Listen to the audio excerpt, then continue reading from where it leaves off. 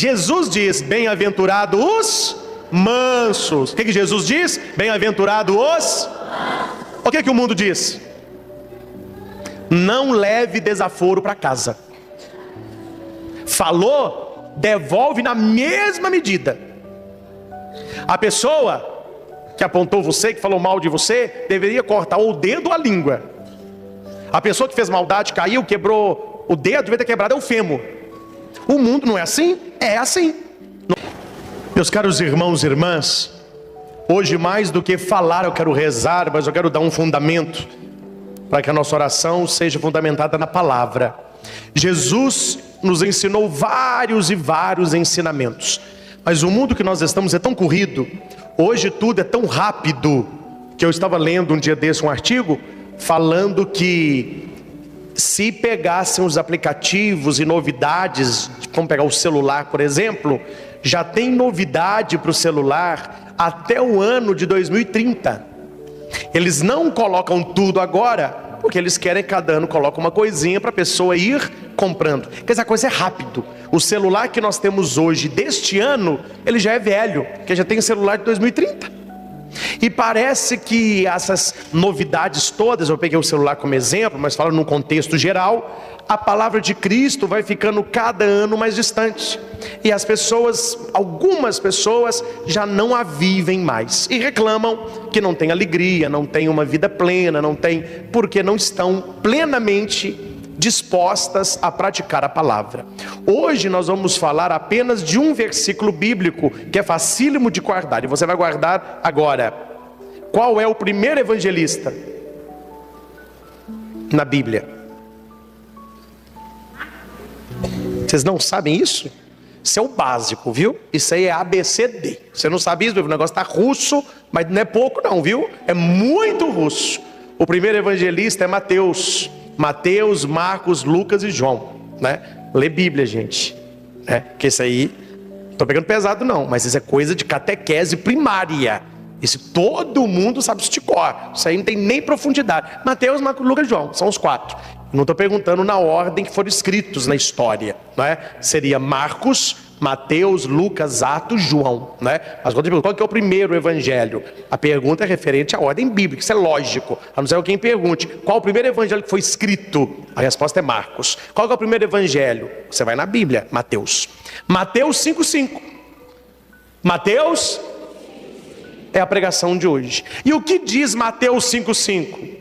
Bem-aventurados os mansos, porque herdarão a terra. Vamos repetir? Bem-aventurado a terra. Já falei na semana passada, talvez falarei na próxima, deixa eu falar hoje de novo. Quem desconhece Bíblia, desconhece de Cristo e do poder de Deus. É por isso que hoje algumas pessoas estão perdendo a igreja, passando para outras igrejas, porque não conhece a Bíblia, não lê nada.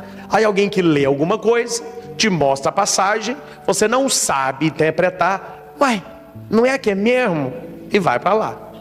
Eu não, no meu vocabulário, eu não uso e nunca usei que a igreja perdeu fiéis. A igreja não perde ninguém. A pessoa que sai é ela que perde. Nós não estamos perdendo nada, absolutamente nada. A igreja continua na toada dela. A pessoa que larga a igreja, ela perde a sua fé católica, ela nega o seu batismo, ela nega tudo aquilo que a igreja construiu de 2000 anos de história, que não é pouco tempo. Baixe no seu celular um aplicativo que tem o Evangelho do Dia, leia pelo menos uma perícope todo dia. Tem aplicativos muito simples, que você ouve o Evangelho e um padre vai fazer um sermão para você ali de 2 minutos, 2 minutos e 15. É conta gota, é assim que eu acredito nisso. Hoje uma gota, amanhã uma gota. Você vai ouvindo isso 1 mês, 6 meses, 1 ano, 5 anos. Você começa então a entender a palavra de Deus. Conhecer a Bíblia é conhecer-se, porque a Bíblia fala da vida. E se você quer ter uma vida realmente viva, você tem que conhecer aquilo que Jesus nos deixou. Eu acho muito interessante, sabe? Estou criticando não, só um comentário. Que tem gente que fala assim, não, eu sou fã de John Lennon. Aí tem aqueles programas, hoje não tem mais, mas no SBT tinha. Aí a pessoa que é fã vai para lá. Então eles vão fazendo perguntas da vida do artista e cada resposta aumenta o prêmio. Primeira pergunta, R$100. Que ano que John Lennon nasceu? Ano tal. Segunda pergunta, R$500. Qual a cor de John Lennon? Tal. Terceira, aí vai subindo. Qual é o prêmio máximo? E tem gente que o programa saiu do ar porque todo mundo estava ganhando. Aí eles não iam dar conta de pagar o prêmio máximo. Foi de um cara lá do Michael Jackson. Ele sabe mais do Michael Jackson do que o Michael Jackson. Impressionante. Aí eu fico pensando, será que se o SBT falasse na rua assim: você é cristão? Sou. Você é católico? Sou. Então cristão que segue a Cristo, não é? Sou. Vamos participar de uma pergunta. Eu vou fazer para você 10 perguntas sobre Jesus. Ainda bem que não fazem isso, porque o cristão é um dos poucos seres terráqueos que dizem seguir um mestre e não sabem da vida do mestre. Você faz perguntas básicas, as pessoas não sabem, como fiz agora o primeiro evangelista. São coisas básicas. Eu estou alertando você para você ter uma cultura também bíblica. Eu não leio só Bíblia, estudo muita coisa, mas a Bíblia todo dia conta gota. Eu vou no evangelho do dia, leio o rodapé, tento aprender alguma coisa nova, aplico na minha vida. Você vai ter uma visão diferente de vida. Não é diferente da palavra. A palavra é como uma lente, um óculos. Quando você coloca a Bíblia nos seus olhos, você começa a ver as pessoas diferentes. Você tem mais misericórdia, você passa a julgar menos e perdoar mais. Você começa a entender como que você alegra o coração de Jesus, né? Interessante o namoro. Você pergunta o namorado assim: o que a sua namorada mais gosta? Ele fala. O que a sua namorada fica com raiva? Ah, isso aqui eu não posso fazer, que ela fica com ódio. Por quê? Porque ele a ama. Então ele quer conhecer aquilo que ela gosta, aquilo que ela odeia. Aquilo que ela odeia para ele não fazer. O que ela ama para ele agradá-la. Você pega uma pessoa que segue Jesus e faz as mesmas perguntas. A pessoa não sabe. Pegando o sermão de Jesus, o que Jesus ama, qual é a prioridade e o que Jesus detesta numa pessoa. Aí a pessoa fica tossindo, ela fica chutando, ela não sabe. Então, se você quiser, tem essa cultura bíblica, leia um trechinho todos os dias. Mas voltando aqui, o tema de hoje é: bem-aventurados mansos, porque eles herdarão a terra. Vamos repetir? Bem-aventurado.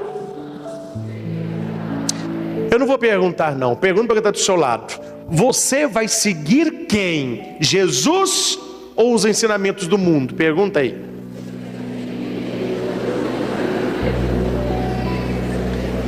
Porque tem que escolher.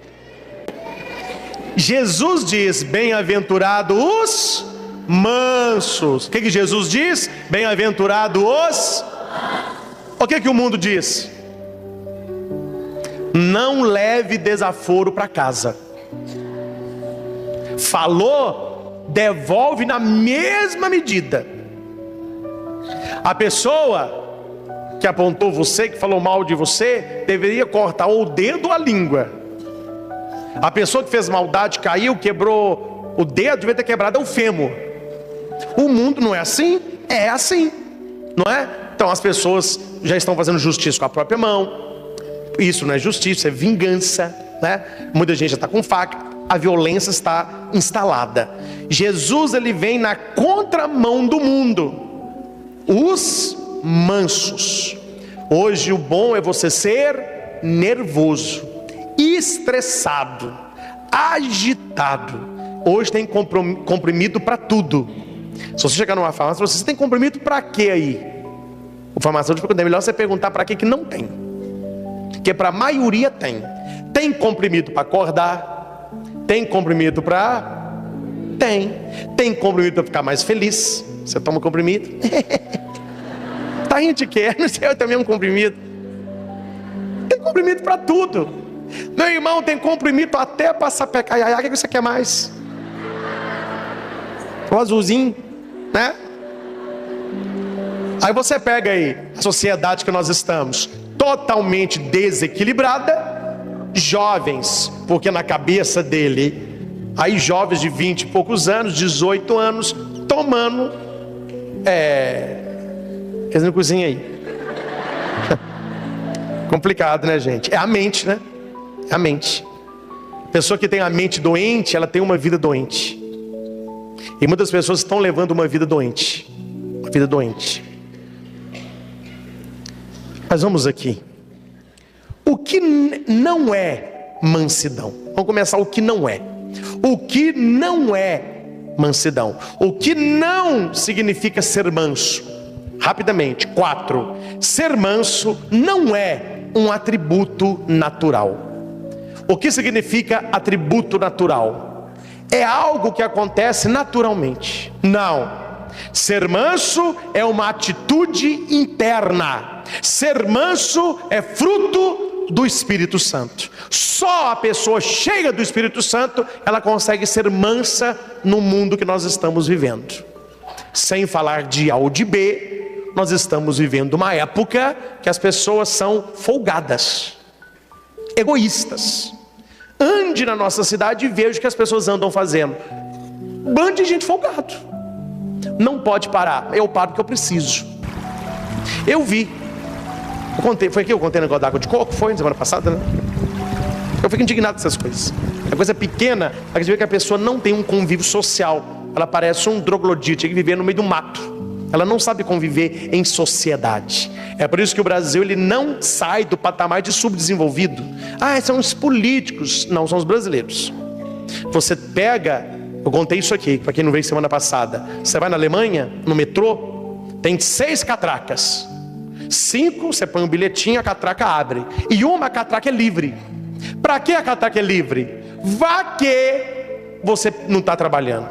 Vá que aquele dia você esqueceu o dinheiro. Vai que você não tem como. Não, passa aquela catraca. Só que as pessoas passam com vergonha, porque ela queria pagar. Coloca uma catraca dessa em São Paulo. A reação das pessoas já mostra a mentalidade brasileira, né? Você sabe o que vai acontecer. Uma coisa que eu ouvi que eu fiquei espantado. E eles fazem isso naturalmente. Um guia, quando eu acompanhei um grupo à França, ele comprou um picolé, todo mundo de um bom picolé. Ele pegou o saquinho de picolé, estava um pouco molhado, dobrou o saquinho e pôs no bolso. Aí até manchou um pouco a calça dele. Aí a mulher perguntou assim: mas por que você pôs esse saquinho no bolso? Ele falou assim: é porque eu não vi lixo na praça. Aí eu vou julgar lá em casa. Claro que ele não devolveu a pergunta. Você pergunta para a mulher: onde que está o seu saquinho de picolé? A mulher jogou o saquinho na fonte. Tava lá o cara segurando o saquinho da mulher. Aí eles olham. Para viver com um povo desse, para você conviver com um povo folgado e muita gente grosso e sem educação, se você não tiver mansidão, ou você derrama bilis na hora que você acorda, na hora que você dorme, ou você vai ficar brigando com as pessoas o dia todo. A mansidão não é bom para quem recebe, ela é boa para quem a tem, porque as coisas exteriores não mudam as coisas interiores. Repita: mansidão é uma atitude interna. Ser manso não é ser mole, não é ser medroso, não é ser covarde. Jesus, ele era manso e humilde de coração.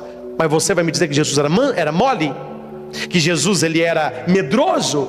Ele falava o que tinha que falar, só que o coração de Jesus era um coração manso. Era um homem centrado. Um homem centrado. Ser manso não significa manter a paz a qualquer custo. Hoje muitas pessoas mantêm a paz assim. Vem um, você está certo. Vem outro falando o contrário, você também está certo. Aí você pergunta: mas você não tem uma opinião? Não, não é porque eu sou manso, eu quero manter a paz. Isso não é mansidão, isso tem um outro nome. Não é? Mansidão é você manter a atitude interna, mas não é você ser mole. Ah, não, eu vou concordar com todo mundo, eu não vou falar nada para não brigar. Isso não é ser manso. Ser manso não é um controle emocional externo. Tem muita gente que finge ser manso. A pessoa: Deus não te afeta, não. Mas por dentro tem um vulcão. Por dentro a pessoa está. E outra, não é para explodir, mas se for para explodir, explode, porque a explosão guardada vira doença psicossomática, e a primeira é câncer. Você tem que ter uma válvula de escape. Sabe um exercício de catarse, assim que você põe para fora? Ou você participa de um grupo de grito. São Paulo tem grupo de grito. põe umas músicas lá animadas, o cara lá que conduz a sessão, né? Grita, o pessoal, aí aquele grita, a pessoa sai, ai, tá tão melhor, que gritou. Agora, minha mãe falava comigo, você quer dar birra? Pode gritar à vontade, mas grita com esse travesseiro na boca. Se eu ouvir você gritando, você vai levar uma tunda. Aí meu irmão pegava, aí depois ela largava o travesseiro, calmei. São técnicas, né? Não adianta você ser calmo por fora, se o seu coração é um turbilhão. Isso não é ser manso. O que significa ser manso? Repita, ser manso é ser submisso à vontade de Deus.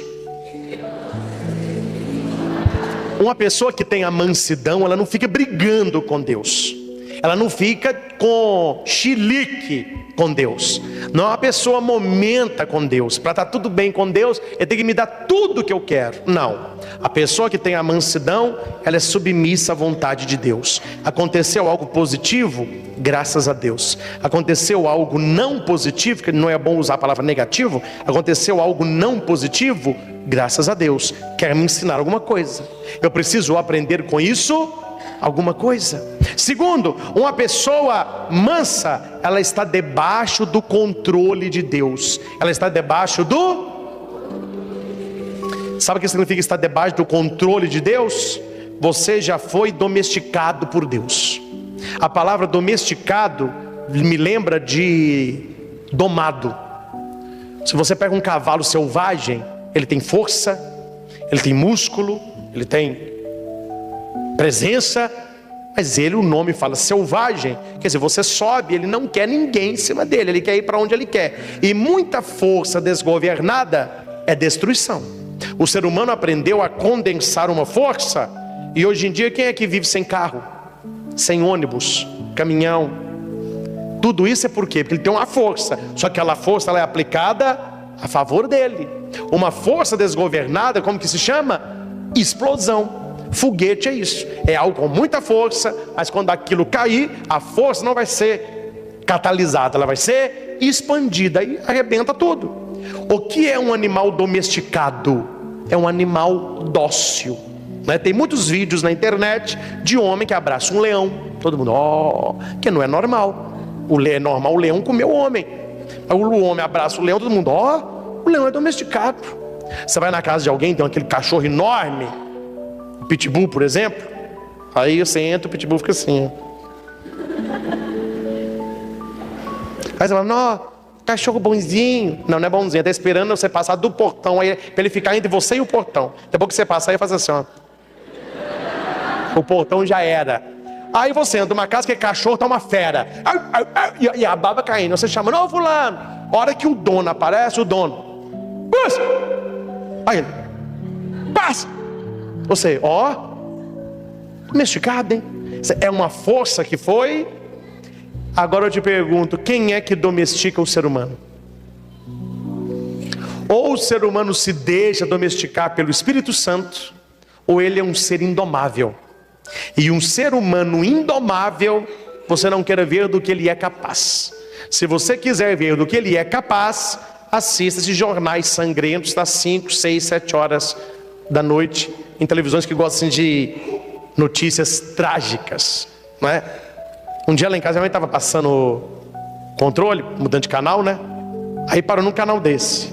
Aí falou assim, como que chama? Tarato mata 2 e estrupa 3. Meu irmão, peraí, vamos ver só como que é isso aí. Minha mãe deixou. Gente, o negócio é tão trágico, todo mundo parou de conversar, todo mundo ficou sem ver televisão, Aí falou, gente, muda aí pra gente conversar. Aí mudou.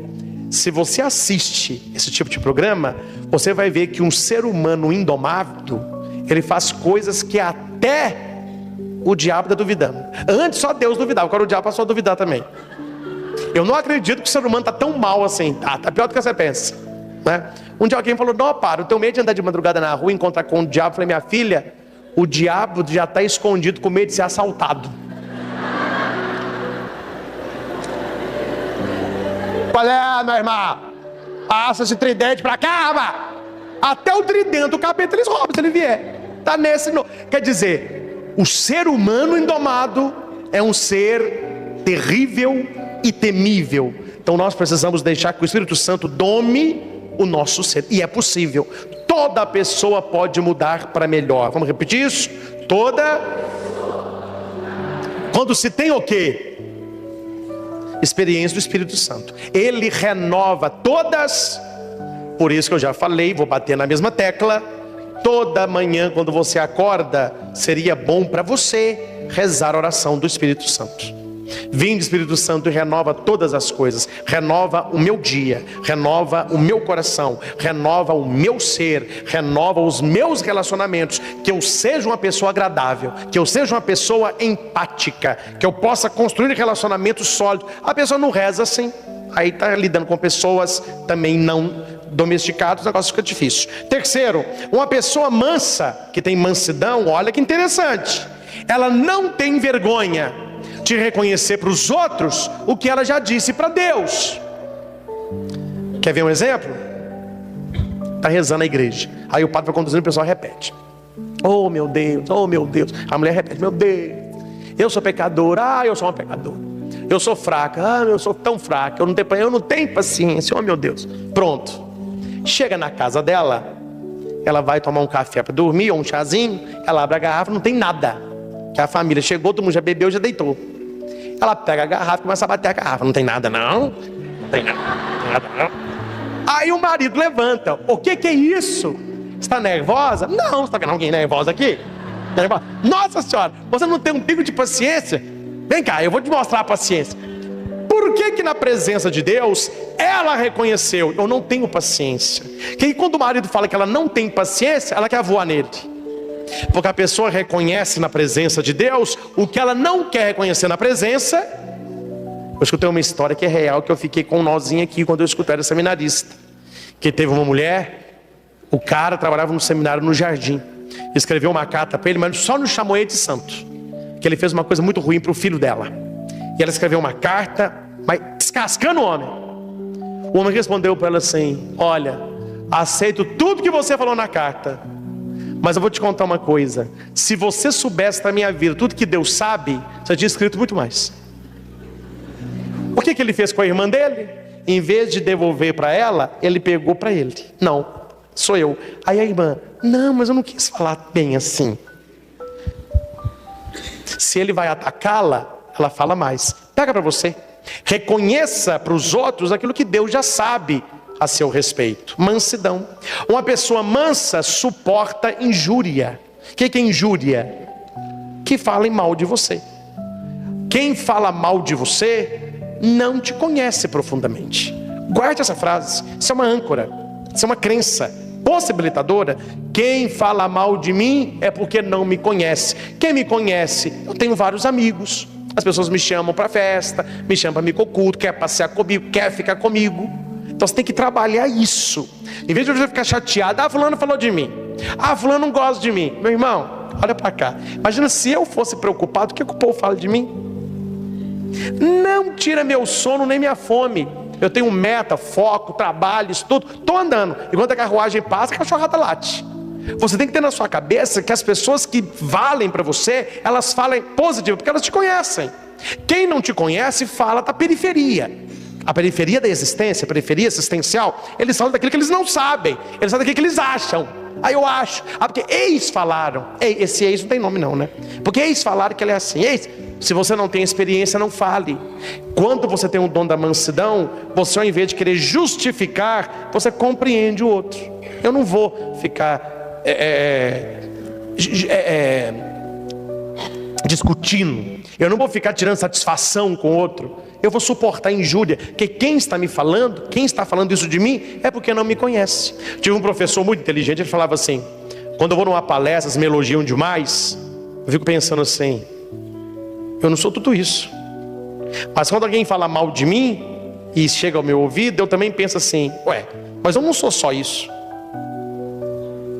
Se elogia demais, eu não sou tudo isso. Mas quem fala mal de você, pode até que você tenha aquilo que a pessoa está falando, só que ela se concentra numa parte, mas você é muito mais. Existem 4 coisas que atrapalham a mansidão. Você que quer ter um coração manso: primeiro, precipitação. O que é uma pessoa precipitada? Fala primeiro, começa a treinar. Filtro. Penso primeiro, falo depois. Segundo, maldade. Uma pessoa que é má, ela nunca vai ter um coração manso. A pessoa gosta de fazer maldade para os outros. Terceiro, vingança. O que é vingança? É pagar o mal com o mal. Quarto, falar mal dos outros. A pessoa que fala mal dos outros, ela também não vai ter um coração manso. Se você quer agradar o coração de Deus, tire essas 4 coisas. Pense primeiro e fale depois. Não seja uma pessoa má. Não fique buscando vingança e não fale mal dos outros. Uma pessoa mansa perdoa as injúrias. Repita. Quanto mais facilidade tem de perdoar o outro, mais o dom da mansidão você tem. Quanto mais dificuldades tem que perdoar o outro, menos dom da mansidão você tem. Eu vou te falar o que eu sei. Tem gente que não tem mansidão nenhuma, porque fez com ela, a pessoa não perdoa nunca mais. Eu já escutei frase assim, ó: ah, padre, eu sou igual o cascavel, pisou em mim, enquanto não dou um bote eu não me aquieto. A pessoa não perdoa, ela sabe que ela não perdoa, e além de não perdoar, ela não quer perdoar. Uma pessoa mansa, isso aqui é difícil, é treino. Recompensa o mal com o bem. Vamos repetir? Uma pessoa mansa, se você paga o mal com o mal, você é o quê? Selvagem. Um animal selvagem, ele é assim, você cutuca nele, ele te avança. Por isso que no zoológico tem aquela grade, você tá de cá, ó, eles parecem todos mansos. Você já notou isso? Eles ficam assim, ó. Entra lá para você ver. A pessoa selvagem é assim, ela falou assim: olha, ela é mansa. Ô padre, tem gente que fala isso, não fala isso não. Eu sou bom, não pode pisar no meu calo. Não, eu quero ver se você é bom quando pisa no calo, porque sem pisar no calo, todo mundo é bom, meu irmão. A mansidão se revela justamente quando pisa no teu calo. Você, autocontrole. Quem paga o bem com mal é o quê? Quem paga mal com mal é selvagem. Quem paga o bem com mal? Você faz um bem, a pessoa devolve mal. Essa pessoa é o quê? Aqui foi mais fundo. Isso é um texto do Raniero Cantalamessa. É um diabo. A pessoa diabólica, ela paga o bem com o mal. Ela recebe, mas ela só devolve coisas negativas. E a pessoa que paga o mal com o bem, ela é o quê? E a outra palavra que eu estou pregando? Mansa. Uma pessoa mansa e humilde de coração, Pai, perdoa-lhes, eles não. Jesus tinha poder para no alto da cruz eliminar aquele povo todo com um piscar, mas ele se deixa crucificar. É o cordeiro, esse símbolo no altar, é o cordeiro imolado. Ele não deu um pio, sofreu tudo, porque ele era o quê? Manso.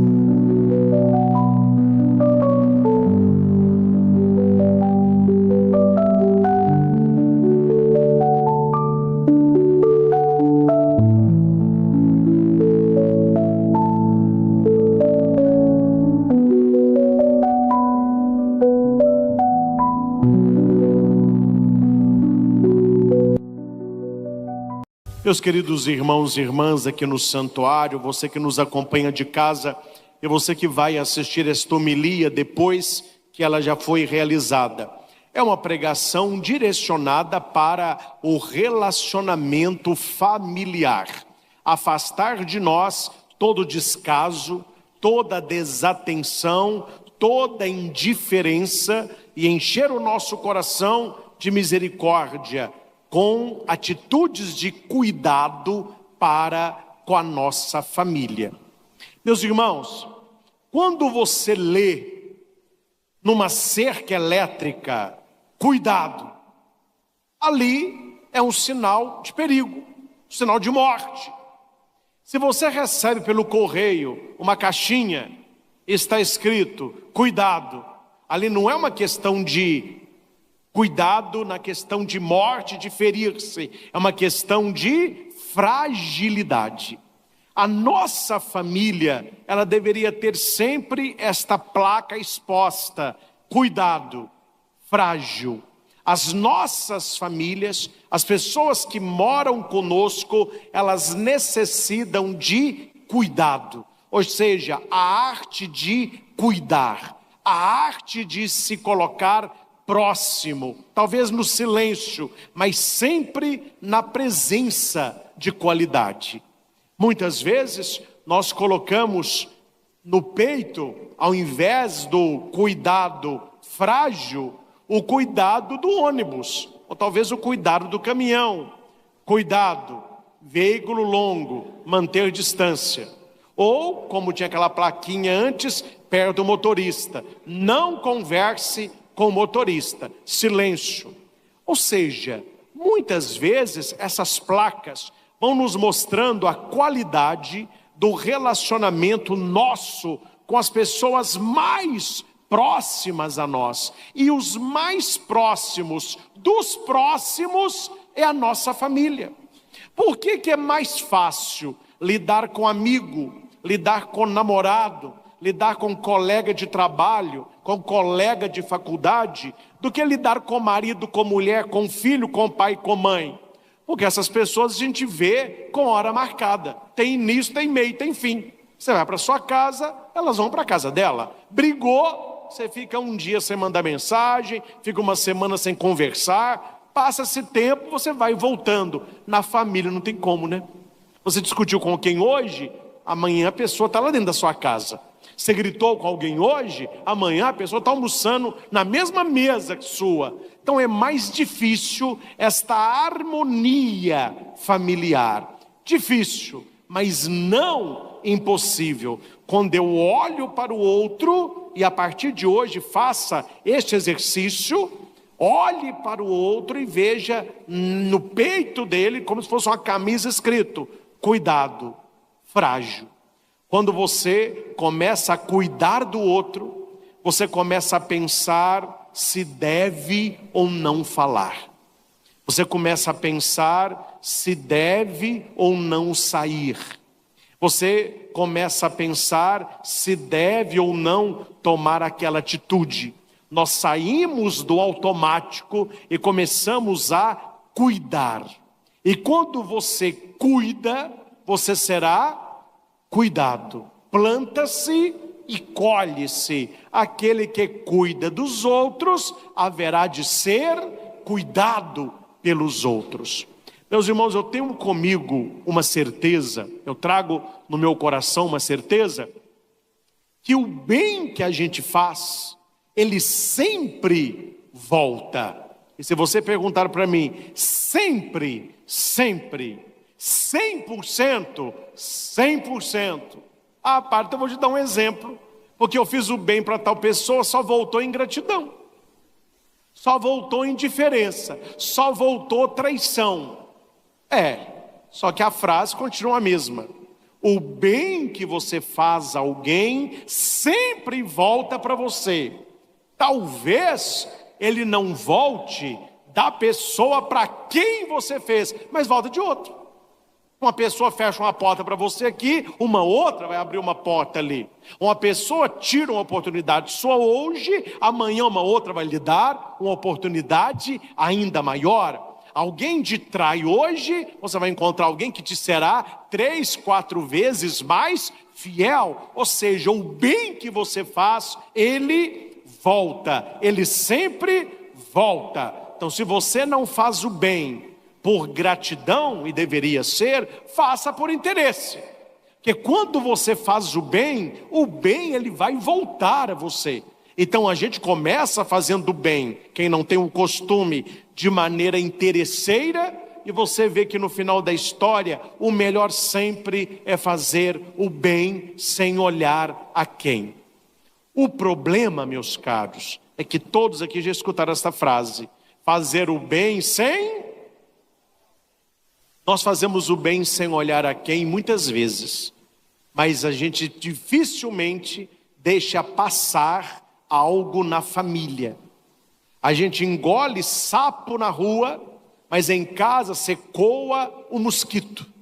Você tolera coisas grandes no seu trabalho, coisas grandes na rua para você ser muito simpático, politicamente correto. No namoro, então, você engole, mas na família, qualquer coisinha é motivo de briga. Então aqui uma pergunta para Jesus, é também uma pergunta que nós fazemos hoje.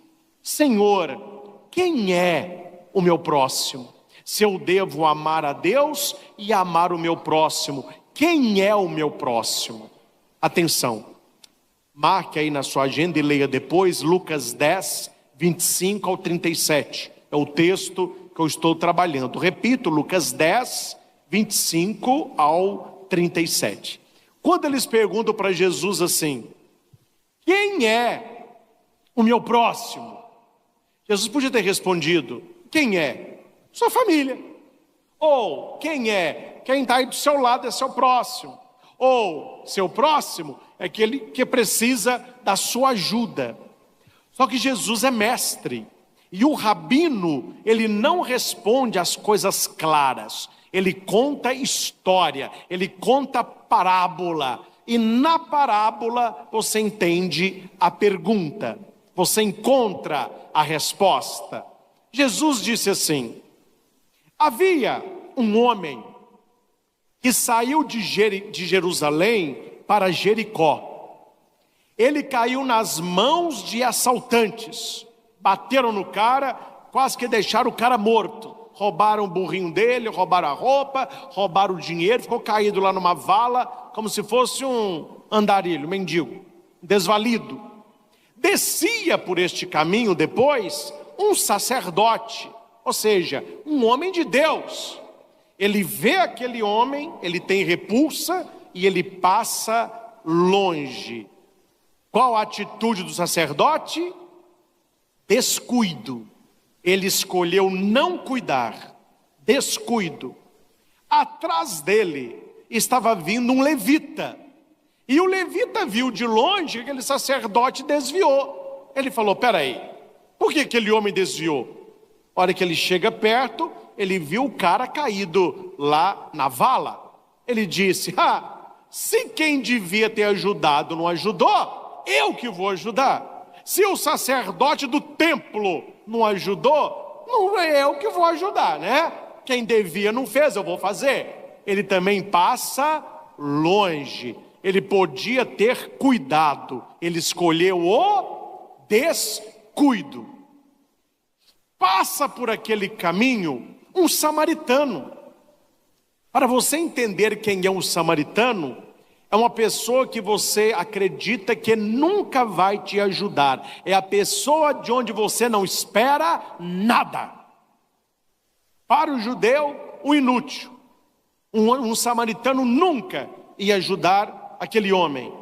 Mas é o samaritano que vai descer do seu animal, vai tirar aquele homem da vala, vai jogar nas suas feridas vinho e óleo, vai colocá-lo no seu animal, vai levá-lo para uma hospedaria, ele pede para cuidarem dele, ele deixa 2 denários, é um bom dinheiro, e quando eu voltar, se gastar mais, eu tudo te pagarei. Jesus vai perguntar depois para aqueles que lhe perguntaram, quem foi o próximo deste homem? A pergunta foi, Senhor, quem é o meu próximo? Jesus devolve a pergunta, quem foi o próximo daquele homem? Não nos cabe saber quem é o nosso próximo. O que nos cabe é ser próximo. Eu me torno próximo. A atitude não vem do outro, a atitude vem de mim. Qual atitude? O cuidado. Eram 3. O primeiro optou pelo descuido, o segundo optou pelo descuido, o terceiro optou pelo cuidado. Vamos lá. Este homem caído na vala sou eu, é você, é o seu irmão, é a sua irmã, é o seu pai alcoólatra, é a sua mãe depressiva, é o seu irmão irritante, É a sua irmã chata. E somos nós que tem hora também que nós não somos flores que cheiram, né? Quando na sua família alguém cai na vala, seja na vala do pecado, na vala do consumismo, da fofoca, da calúnia, fez alguma coisa que não deveria, aquela pessoa fica triste na sua casa, ela fica isolada num quarto, ela não quer saber de nada, não quer saber de ninguém. Duas atitudes mostram que a pessoa não está bem. Duas atitudes. Qual é a primeira? Se ela foge de você. Qual é a segunda? Se ela te ataca. Um animal ferido, ele só tem essas duas atitudes: ou ele foge ou ele ataca. Se na sua casa as pessoas fogem de você, elas não querem conversar com você, elas não querem estar onde você está, elas evitam a sua presença. Você pede para conversar com o marido, ele dorme mais cedo. Você pede para conversar com a mulher, ela está com enxaqueca. Você pede para conversar com o seu irmão, ele chega meia-noite para você desistir e dormir. Por que essa pessoa está fugindo? Ela está ferida. Algo aconteceu, algo está acontecendo. E nós temos a segunda atitude. Você chama alguém na sua casa, a pessoa já vem agredindo você. Você fala alguma coisa com o seu marido, ele grita com você. Você pede alguma coisa para sua esposa, ela grita com você. Você fala alguma coisa com o seu irmão, ele grita com você. As pessoas falam com você e é você que grita. Ou talvez é você que foge. Esta situação na nossa casa acende um farolzinho vermelho, uma luzinha vermelha no painel do carro da vida. Você que está na estrada da sua história, você que dirige, você sabe que acendeu alguma coisa que você não sabe o que é, meu filho, pare o carro ou procure uma oficina rapidamente. E qual é a luzinha que acende no nosso painel? Uma pessoa que mudou. O seu pai que já não sorri mais, a sua mãe que não tem brilho no olhar, vocês que não se abraçam mais, um que não chega perto do outro e pergunta: ei, meu pai, como que o senhor está? Como que está lá o trabalho? Como que está a saúde? Como que está o coração aí? Você que não chega para sua mãe e pergunta: mãe, está tudo bem? Está precisando de alguma coisa? Está precisando de ajuda? Você que já trabalha, está precisando de um dinheirinho? Precisando que ajude aqui em casa? Você está vendo o seu irmão sempre irritado, sempre nervoso, batendo porta? Meu irmão, vem cá, o que está acontecendo? Você não é assim? Eu sou seu irmão. Se você não confiar no seu irmão, você confia em quem? Nos da rua? O que está acontecendo? É trabalho, é saúde, é namoro. Esse tipo de cuidado as pessoas não estão encontrando em casa, elas têm buscado na rua, por isso elas sofrem tanto. Porque as pessoas da rua, por mais que nos amem, muitas não te amam como a sua família. E muitas não te amam, ponto final. Na família é que tem que começar o verdadeiro cuidado. Então aquele homem que cai na vala é alguém da sua família ou é você? Quando você deu aquela escorregada, quando alguém da sua família errou, a sua mãe errou, o seu pai errou. E eu sei, gente, tem época que as pessoas não são fáceis de lidar, que nós também não somos. Tem época que o seu pai está mais nervoso, sua mãe está mais nervosa, seu irmão está mais chato. É nesse momento que você tem que pensar: eu vou escolher o cuidar ou o descuidar? Eu vou me aproximar e ver qual é a dor, ou eu vou passar longe? E a gente gosta de justificar a nossa indiferença pela indiferença do outro. Ah, o meu irmão mais velho não cuida, eu que vou cuidar. A minha irmã mais velha não está nem tchum, eu que vou cuidar. Então você fica olhando aquele que deveria ter feito, e porque ele não fez, você se dá o direito de não fazer. Ah, sua mãe está cansada, fez o almoço de domingo, lavou aquela panelada, porque é tanto de prato. Aí chega um irmão seu atrasado, come, larga o prato lá na pia. Sua mãe já está cansada. Você olha o prato e fala: ah, eu vou lavar. Ele que deveria ter lavado não lavou, eu que vou lavar. Ou seja, aquele que está caído, continua ferido. Justificativa pela atitude negativa do outro. Se o outro não cuidou, eu que vou cuidar, e deveria ser o contrário. Se o outro não cuidou, eu vou cuidar. Se o outro não fez, eu vou fazer. Ah, padre, porque o senhor é bobo. Não, porque eu planto para colher. O que não fez, está plantando para colher. Eu que estou fazendo, estou plantando para colher. Eu digo por mim, claro, meu irmão também, nós somos muito cuidadores da nossa mãe. Agora eu tenho cuidado também do meu pai, está fazendo tratamento de saúde. Então eu tento cuidar deles. Como eu tenho um relacionamento mais próximo, quando eu vou em Itaúna com a minha mãe, eu cuido dela. Hoje mesmo saí, arrumei umas coisinhas para ela, peguei uma coisa aqui, peguei outra coisa lá, porque ela manca um pouquinho, ela não sai, não dá conta assim de andar, então eu fico fazendo as coisas, além das minhas, eu faço as dela. De vez em quando ela diz assim: meu filho, você está plantando para colher. Eu tratei exatamente assim os meus pais doentes, que eu sou Bismarck e a dona Alice, que eram meus avós. Minha avó, no fim da vida, ficou muito tempo só no sofá, ela não andava, o joelho muito inchado.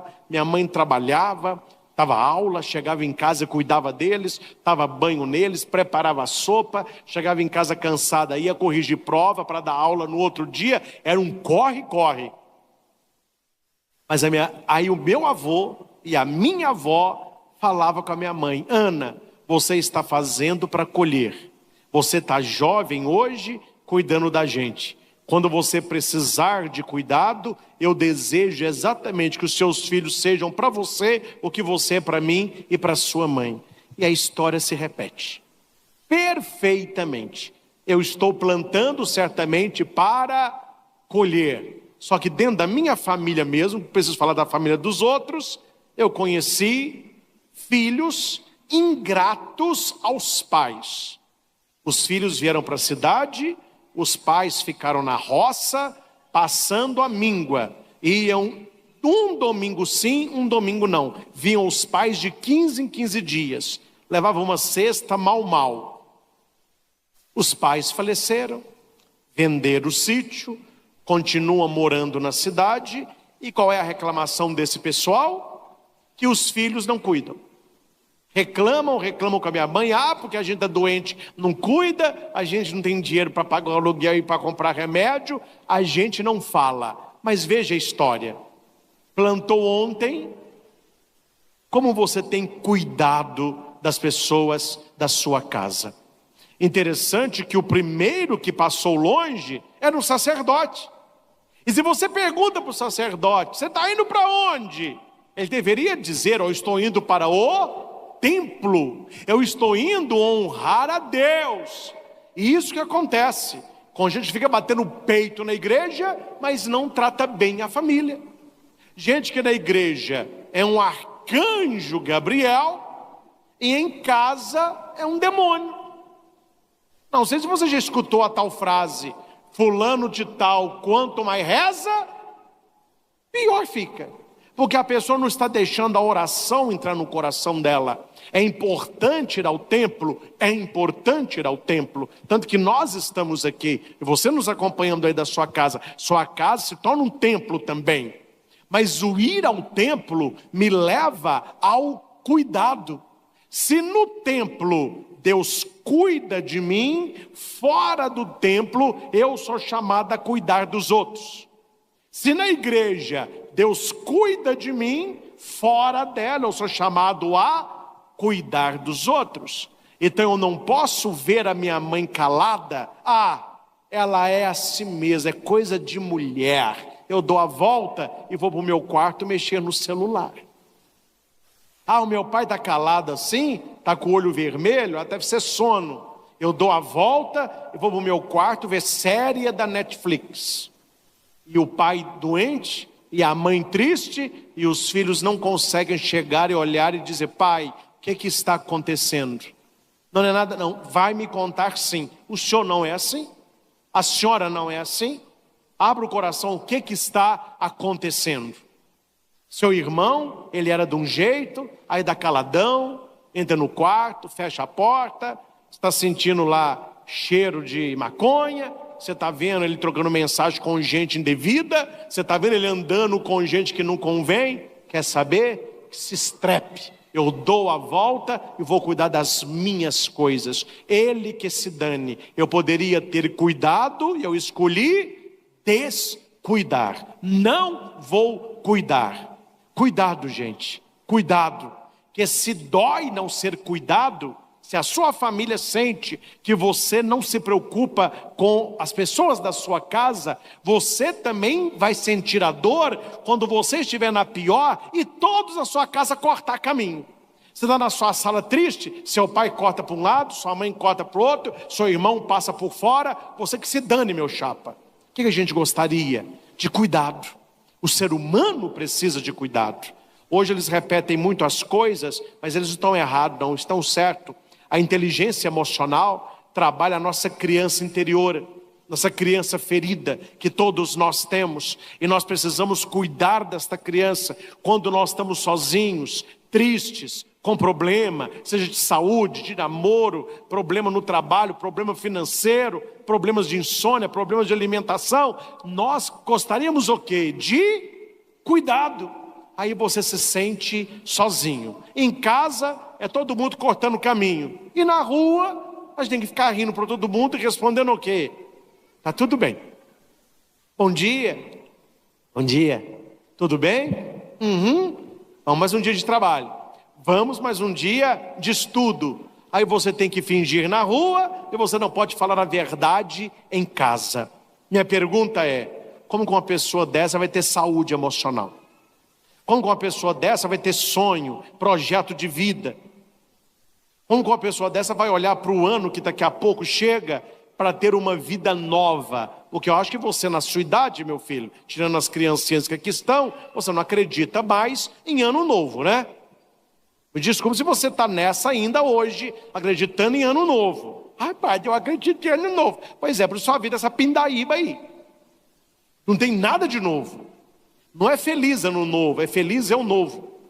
Eu que tenho que ser novo, para que o ano se configure ao meu redor. A pessoa reclama o ano todo. Vai chegar um novo, ela vai entrar em janeiro reclamando. Ela entorna o ano todo, vai chegar em janeiro, ela vai começar entornando. Ela fala mal de todo mundo, ela vai começar um novo ano falando e ela quer um ano novo. Ela quer um ano abençoado, ela quer um ano de poder, ela quer um ano de unção.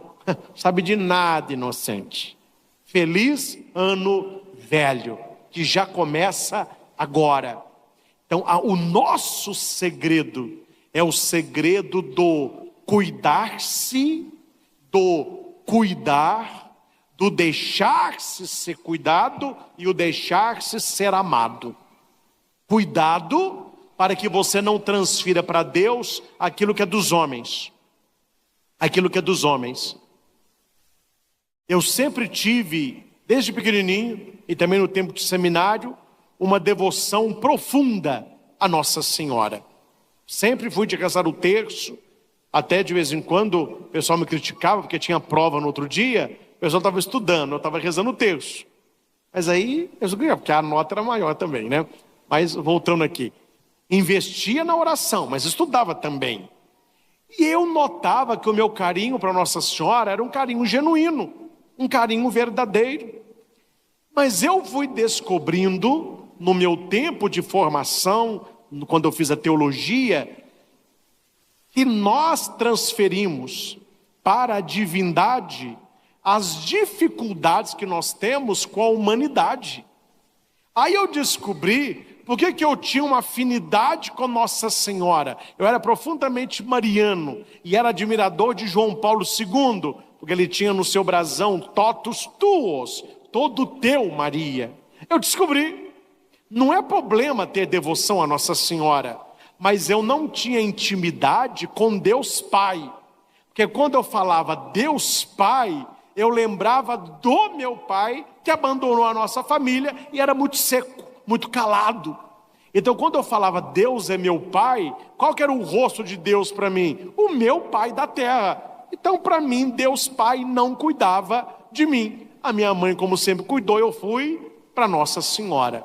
Até que eu descobri que para mudar todo e qualquer relacionamento, não é você esperar ser cuidado, é você dar o primeiro passo para cuidar. Porque o outro também espera que você dê o primeiro passo. Aí ficam os dois esperando e ninguém resolve a questão.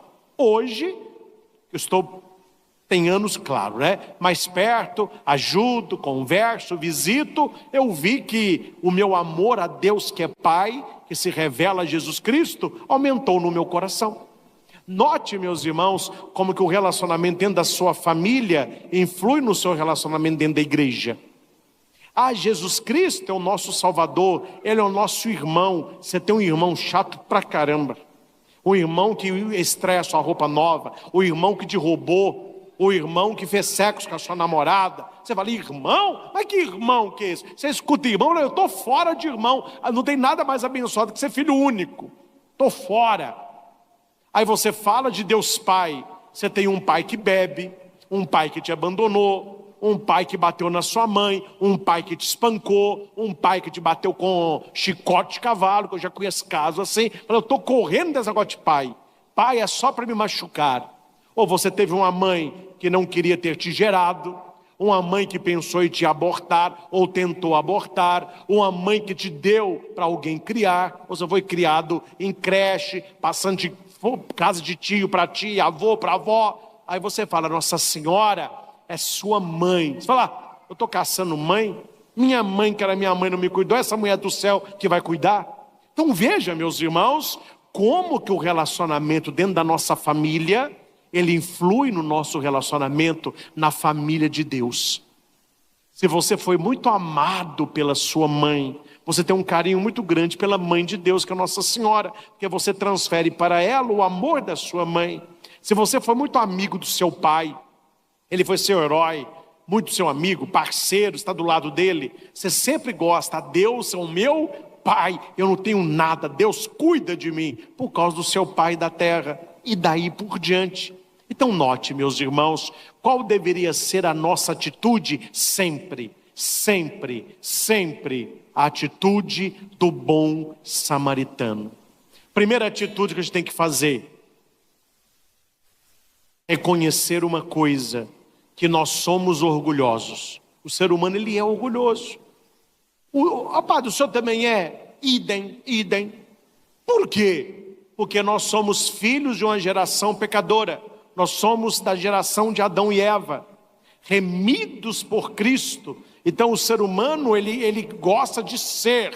Então primeira coisa que diz na leitura, que aquele homem que encontrou o homem caído, ele desceu do seu animal. Qual que é esse animal? O nosso orgulho. Então a gente, para ser próximo da nossa família, o que a gente deve fazer? Descer. E quem ama, dê o primeiro passo. Quem ama, sempre dá o primeiro passo. Repita. Quem ama, sempre dá o primeiro passo. Imagina se o samaritano falasse assim: Ô Davala, ai, fica pra lá do que pra cá, hein, meu filho? Se você quiser que eu te ajude, estou pronto a ajudar. Levanta e suba aqui, eu te levo para o hospital.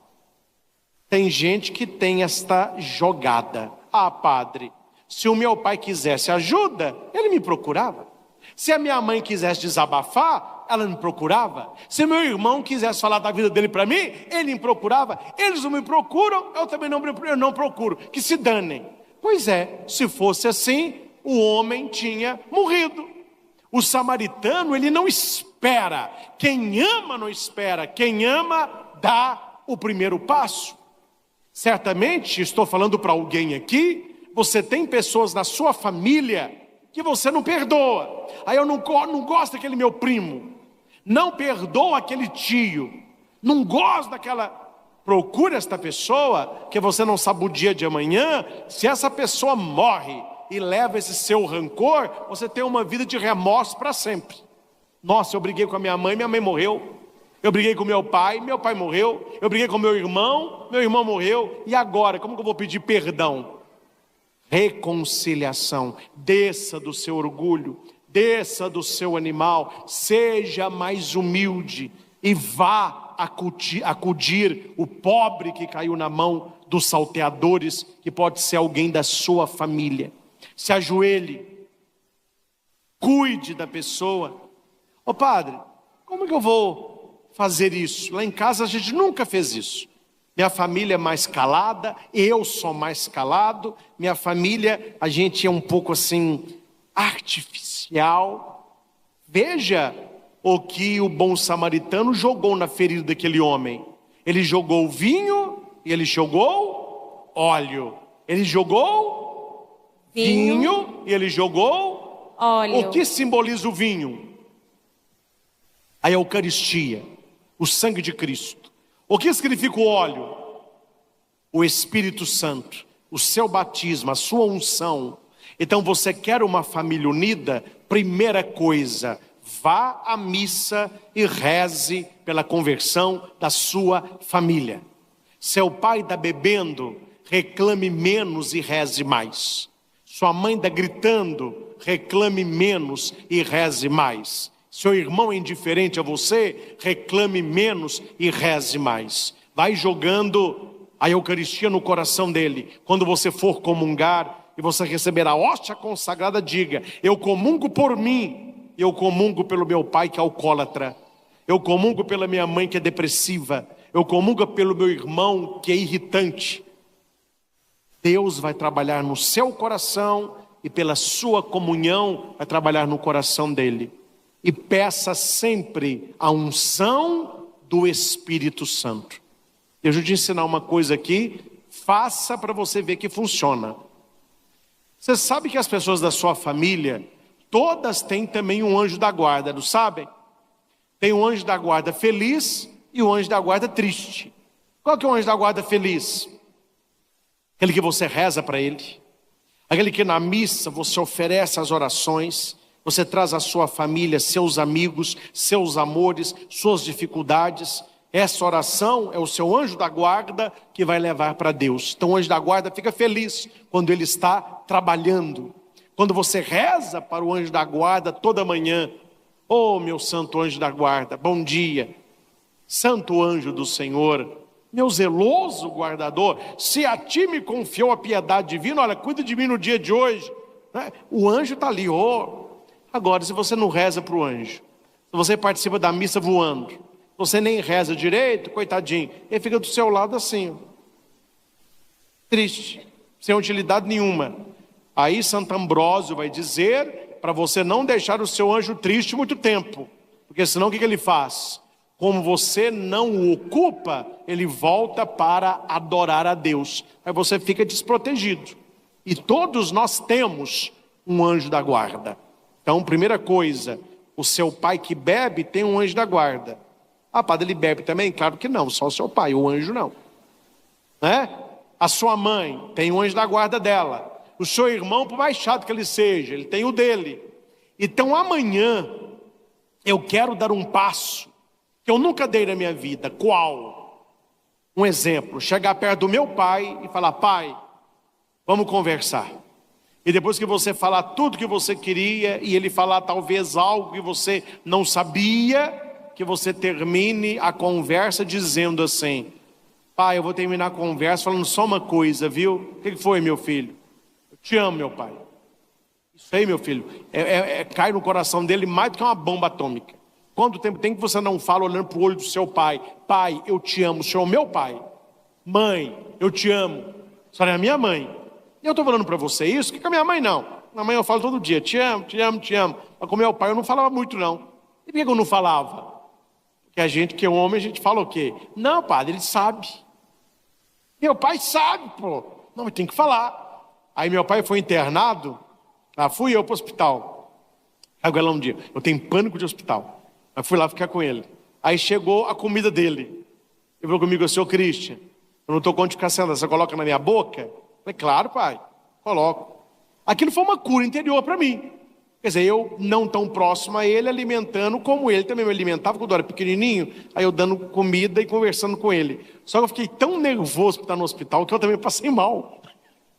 Aí o médico, vai padre, você fica com o seu pai, você passa mal? Eu falei, não, minha pressão caiu, doutor. Eu estou passando mal. Eu falei, sua pressão caiu mesmo. Aí, pô, um pouco de sal, melhorei, etc, né? Aí depois, chegou lá a atual esposa do meu pai. Eu falei, pai, então eu estou indo embora. O senhor está bem cuidado, já conversei aqui com a enfermeira, viu? Foi muito bom ficar com o senhor hoje. Eu falei, você passou mal também? Eu falei, não, pelo menos eu fiquei com o senhor um pouquinho, né? Você não aguenta hospital não, né, meu filho? Eu falei, não, mas para ficar com o senhor foi bom. Fica com Deus. Fica com Deus. Aí está na minha boca assim, fala. Eu falei? Não. Aí saí pelo corredor, passei os médicos, padre, falei, Deus abençoe, padre. Cheguei lá na portaria, a hora que eu estou saindo do hospital, é o meu anjo da guarda, né? Meu anjo da guarda falou assim, padre Christian, pode que não vá acontecer, mas imagina se o seu pai morre, hein? Ele vai embora sem ouvir que você o ama. Meu filho, aí eu voltei igual um curisco. Aí o pessoal, padre. Aí eu cheguei assim, pai, ele, o que foi, meu filho? Não, só voltei a falar com o senhor que eu te amo muito, viu? Eu também te amo, meu filho. Aí voltei. À noite, o Samuel, meu irmão, foi visitar o meu pai. Ele é mais chegado ao meu pai. Aí ele falou, seu Cristian, o que aconteceu à tarde lá? Eu falei, o quê? Você tem que ver a alegria do meu pai. Ele está sentado, tomou sopa, falou que você tem que visitar ele mais. Eu falei, eu visitei ele tantas vezes, não, mas agora foi diferente. Ele está mais animado. Eu falei, já sei. Foi eu te amo, meu pai. Não é cortar volta, mas é ser um samaritano. Então, o seu pai tem um anjo dele, a sua mãe tem o dela. Então, antes de eu conversar com meu pai, e antes de eu ficar com meu pai, eu sou bobo, eu falei com meu anjo assim, meu anjo da guarda, essa noite, procure o anjo da guarda do meu pai, e vocês dois lá combinem, para que a minha visita seja especial para ele, e seja especial para mim, e que a gente tenha um momento bonito juntos. O que para mim é muito difícil, para o senhor não é, porque o senhor vai estar com o anjo da guarda do meu pai. Tá bom. E por que eu acredito que deu certo? Porque eu me conheço e eu conheço meu pai. E o que aconteceu não era para ter acontecido. E por que aconteceu? Que eu coloquei oração, missa para o meu pai e pedi o Espírito Santo e pedi ajuda ao meu anjo da guarda. Se nós não formos samaritanos em casa, nós vamos ser samaritanos aonde? Então o sacerdote, ele é a lei da indiferença. O outro está sofrendo. O segundo é a lei da justificativa. A gente tem desculpa para tudo. Mas o terceiro é a lei do amor. Sabe o que está na cabeça do primeiro homem, o sacerdote? Então vamos começar. O que está na cabeça do ladrão, o que bateu no cara. O que está na cabeça do ladrão é o seguinte, atenção aqui, anote aí. Na cabeça do ladrão está assim, o que é meu, e o que é seu, é meu. Entendem? O que é meu, o que é seu é meu. O que estava na cabeça do sacerdote e do levita? O que é seu, o que é meu, é meu. O que estava na cabeça do samaritano? O que é seu, e o que é meu, pode ser seu também. Esta é a atitude nossa, dentro da nossa casa. Então você que está em casa, você que está aqui no santuário, deixa Deus falar ao seu coração, através da boca do Padre. Deus está pedindo a você, para não deixar para depois, para cuidar das pessoas que você ama, enquanto tempo você tem. O tempo está passando, e daqui a pouco você não terá mais tempo. Eu penso, toda morte é dolorosa. Todo velório de alguém que a gente ama é doloroso. Mas sabe o que eu penso que nos consola? E nos consola quando você vê naquele caixão alguém que você ama muito, mas você diz para você, esta pessoa sabia o tanto que eu a amava. Ela vai sabendo o tanto que eu amava, porque eu sempre escolhi o cuidado e nunca o descuido. O que dói no velório é isso, viu? É a pessoa falecida, a pessoa olha e fala assim: será que ela sabia o tanto que eu amava? Será que essa pessoa que está indo sabe o tanto que ela vai me fazer falta? Será que essa pessoa sabe o tanto que ela foi importante na minha vida? A pergunta é: você disse? Não, talvez ela foi sem saber. Porque não me venha com essa, ele sabia. Temos que verbalizar o amor. Que nós sejamos o bom samaritano da parábola.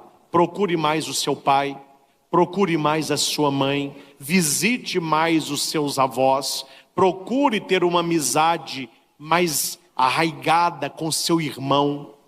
Eu vejo, eu com o Samuel é um pouco diferente de mim, ele é mais fechado, eu sou mais, ele é mais fechado, mas a gente tem um relacionamento maravilhoso, e ele gosta muito de mim. Você quer ver o Samuel ficar nervoso? Ele lê na internet alguma coisa falando mal do Padre Cristo. Falou: meu filho, para de ler, que o povo desce a lenha sem dó. Se eu fosse você, eu parava de ler. Deixa eu fazer a minha missão e ler. Não, eu tenho que ler. Não retruca não, deixa o povo falando. Quando eles estão falando, eu estou evangelizando. Ele fica nervoso. Hoje eu vejo como foi bom a nossa amizade, o nosso amor de irmãos. Ele se casou, uma mulher maravilhosa, que é a Carol, que é como se fosse minha irmã. 2 menininhos, que é minha paixão, o Marcos Henrique e a Maria Clara. Como a gente sempre fomos 2 irmãos que nos demos bem, ele não sai lá de casa. A mulher dele vive lá, os sobrinhos dele vai lá, eles vêm para cá, que é final de semana agora, vem para cá, fica lá em casa, põe um colchão no chão, é menino me acordando 5 horas da manhã, é menino chorando, aí eu saio com eles, não é? Teve aqui o passeio da bike, lá veio o Samuel, trouxe a família toda, missa especial, eles vêm. Se a gente fosse um irmão mais seco, se a gente fosse um irmão rusguento, a gente já tinha distanciado. Eu, padre, não moro com eles. Ele casado com a mulher e filho. Desculpa não ia faltar, nem para mim não ir e nem para ele não vir. Só que nós não procuramos desculpas para não nos encontrarmos. Nós arrumamos motivos para estarmos juntos. Tire da sua família as desculpas e coloque os motivos. Quais as desculpas que eu dou para não conversar com a minha mãe, não conversar com meu marido, não conversar com meu irmão? Pare com isso. E a partir de hoje procure os motivos. Qual motivo eu tenho para conversar mais com a minha mãe? Eu ia sair lá de casa às 11 horas. Qual motivo eu tenho para sair 11h30? Essa meia hora, tudo pode mudar. Meia horinha para a mãe é um presente.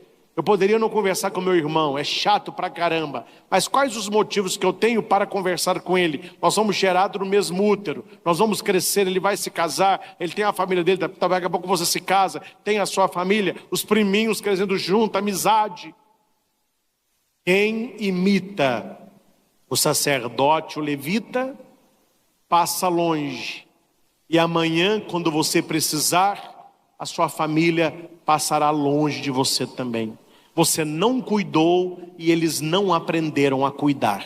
Seja para eles bons samaritanos. Quem cuida é cuidado. Quem ama é amado. Quem se torna próximo, próximo se torna. O importante não é saber quem é o seu próximo, mas se tornar próximo da sua família. Amém? Amém. Vamos rezar? Feche os seus olhos então um instante. Durante esta pregação, o Senhor colocou muitas coisas no seu coração. Você lembrou da sua família. Você se lembrou das pessoas que você se distanciou. Você que está dando muito mais atenção para os seus amigos, para os seus colegas, do que para a sua família. Qual foi a última vez que você abraçou a sua mãe com todo carinho e lhe disse: do tamanho do seu amor e da sua gratidão.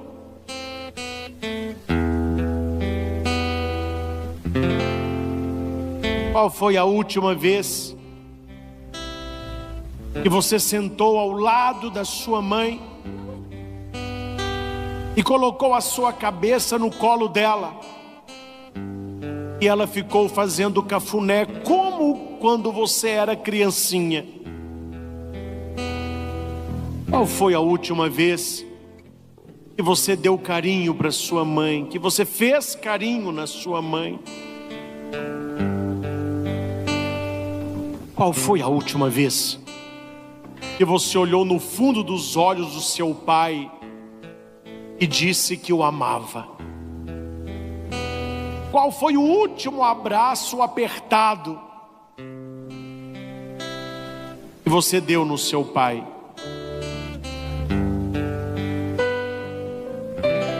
O mesmo eu digo para você mãe e para você pai. Qual foi a última vez que você abraçou seu filho, sua filha, independente da idade deles, colocar no colo ou sentar ao lado do sofá e abraçar o seu filho, abraçar a sua filha, dizer: meu filho, eu te amo, minha filha, eu te amo? Qual foi a última vez?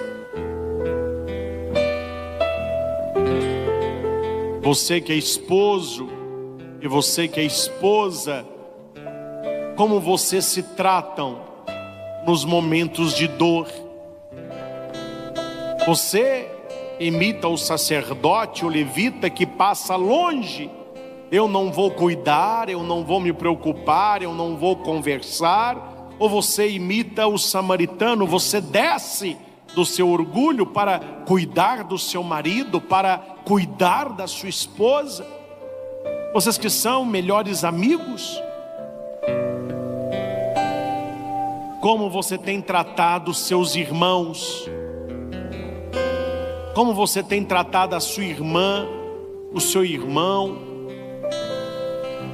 Os irmãos que brigam, até chute, de grito, de soco. Como vocês entristecem o coração dos seus pais, de maneira especial da sua mãe. Como alegra uma família que tem os irmãos unidos. Talvez você seja aquele homem caído na vala, e como tem doído no seu coração o seu sofrimento que ninguém quer saber, o seu sofrimento que não tem o apoio do seu pai, não tem o abraço da sua mãe, não tem o cuidado dos seus irmãos. Precisamos mudar esta realidade, meus irmãos. Precisamos trazer o cuidado para as nossas casas.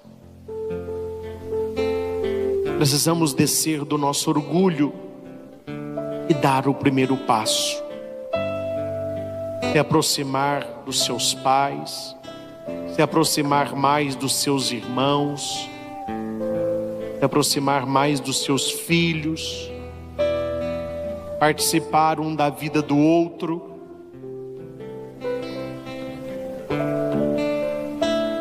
Nesta Santa Missa, Senhor, nós colocamos a intenção principal das nossas famílias, a nossa convivência, o nosso amor.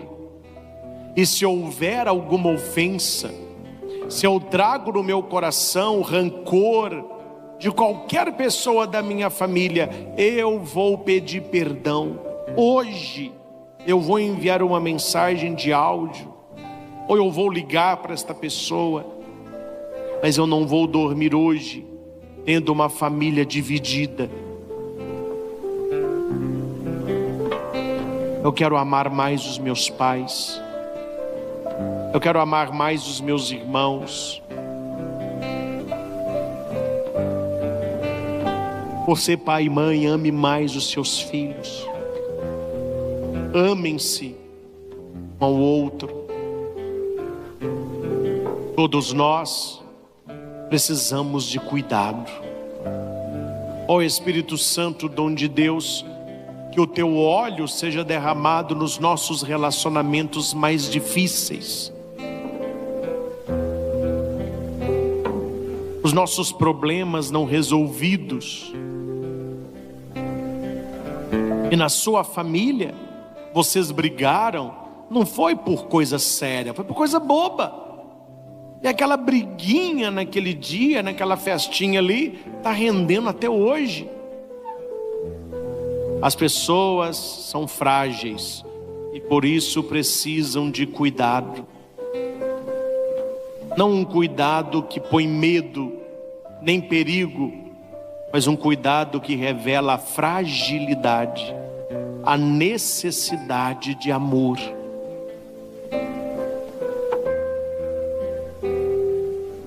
Arranca, Senhor, do nosso coração toda indiferença, toda inveja, toda competição, toda pirraça. Arranca do nosso coração, Senhor, toda dureza.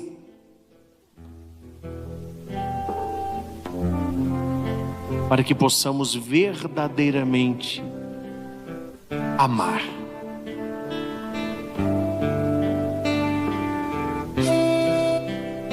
Quem foi o próximo daquele homem que caiu na mão dos assaltantes? Eles responderam: foi aquele que usou de misericórdia com ele. Jesus disse para cada um de nós, Jesus fala com cada um de nós: vai, faz a mesma coisa. Ou seja, cuide da sua família, porque quem ama sempre haverá de cuidar.